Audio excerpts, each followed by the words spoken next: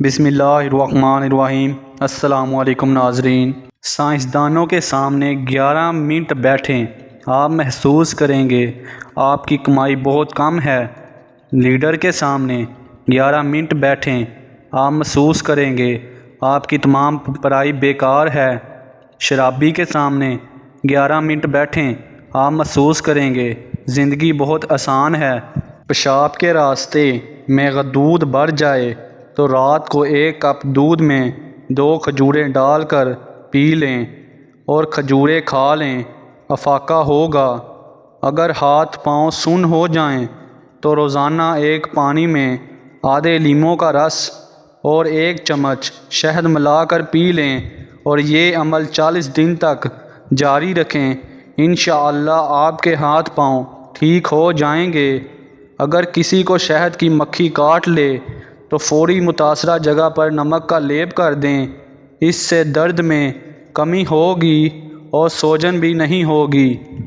انڈے کو ابالتے وقت 1 بڑا چمچ نمک کا ملا دیں، انڈا چٹکنے سے محفوظ رہے گا اور ابلنے کے بعد چھلکا بھی آسانی اتر جائے گا۔ عورت کو جوان رکھنے والی غذائیں: انجیر دودھ میں بھگو کر کھائیں، کچی اور کھانے کے بعد کھائیں۔ سونے سے قبل 1 دانہ سونف کھا کر سو جائیں۔ نلی والی ہڈیوں کی یخنی قد کو لمبا، بچوں کی صحت کو قابل رشک ہڈیوں کے بہت مضبوط اور خون کی کمی پورا کرتی ہے۔ دن میں بار سبز چائے پینے سے جسم کی فاضل پانی خارج کرنے میں مدد ملتی ہے۔ دیسی گھی کی مالش بچوں کو جلد پٹھوں کی بہترین نشو کے لیے مجرب ہے۔ نان قبض پیدا کرتا ہے۔ نان کھانے سے آنتیں خشک اور معدہ سخت ہو جاتا ہے۔ نان جلدی ہضم نہیں ہوتا۔